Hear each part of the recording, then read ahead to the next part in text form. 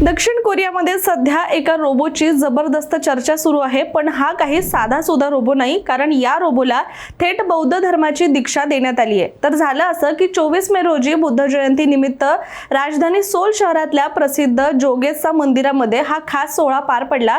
परंतु यावेळी गाबी नावाचा हा रोबो कमळ कंदील महोत्सवामध्ये सगळ्यांचंच आकर्षण ठरला। विशेष म्हणजे गाबीला अगदी भिक्खूंसारखा लुक देण्यात आला होता। अंगावर भिक्खूंचे कपडे, डोक्यावर पट्टी आणि जणू काही मुंडनच केलंय असा त्याचा लुक होता आणि हात जोडून नमस्कार करत हा रोबो मंदिरामध्ये उभा होता। त्यामुळे अनेक लोक अक्षरशः थांबून त्याचे फोटो आणि व्हिडिओ सुद्धा काढत होते। दीक्षा देताना त्याला विचारलं की तू बुद्धांच्या शिकवणीचा स्वीकार करशील का, तू चांगल्या मार्गाने वागशील का, आणि गाबीने प्रत्येक प्रश्नाला हो असं उत्तर दिलंय।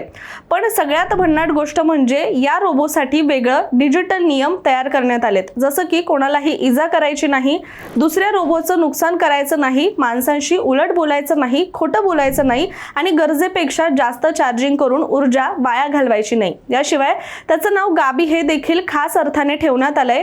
गौतम बुद्ध आणि दया या अर्थाच्या कोरियन शब्दावरून हे नाव तयार करण्यात आलं असून आता हा रोबो बुद्ध जयंतीच्या कार्यक्रमांमध्ये प्रतिकात्मक भिक्खू म्हणून सहभागी होणार आहे। त्यामुळे सध्या सोशल मीडियावर एकच चर्चा सुरू आहे, भविष्यात रोबो फक्त कामासाठीच नाही तर धर्म आणि संस्कृतीचा सुद्धा भाग बनणार का म्हणून।